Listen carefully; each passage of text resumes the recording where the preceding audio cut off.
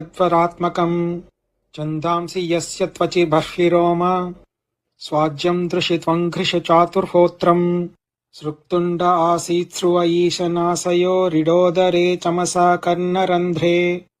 प्राशित्रमासे ग्रसने ग्रहास्तु ते यच्चर्वणन्ते भगवन्नग्निहोत्रम् दीक्षानुजन्मोपसदः शिरोधरम् त्वम् प्रायणीयो दयनीयदंष्ट्रः जिह्वा प्रवर्गस्तव शीर्षकम् क्रतोः सभ्यावसध्यम् चितयो असवो हिते सोमस्तु रेतः सवनान्यवस्थितिः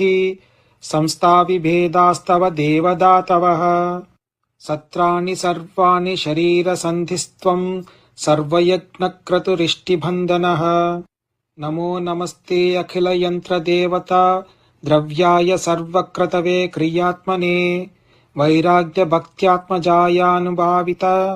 ज्ञानाय विद्या गुरवे नमो नमः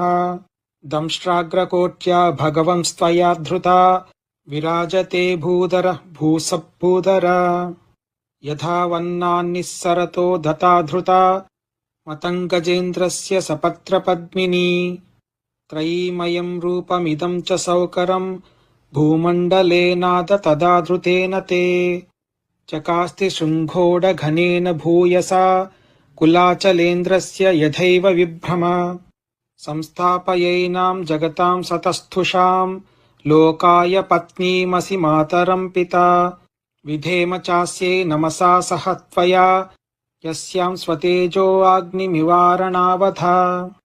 कः श्रद्धद्दीतान्यत्तमस्तव प्रभो रसाम् गताय भुव उद्विबर्हणम् न विस्मयोऽसौ त्वयि विश्वविस्मये यो माययेदम् सत्सृजेति विस्मयम् विधुन्वता वेदमयम् निजम् वपुर्जनस्तपः सत्यनिवासिनो वयम् सटाशिकोद्धूत शिवाम्बुबिन्दुभिर्वमृज्यमाना भृशमीश पाविता स वै बत भ्रष्टमतिस्तवैषते यः कर्मणाम् पारमपारकर्मण यद्योगमाया गुणयोगमोहितम् विश्वम् समस्तम् भगवन् विदेहिशम् इति श्रीमद्भागवते महापुराणे तृतीयस्कन्धे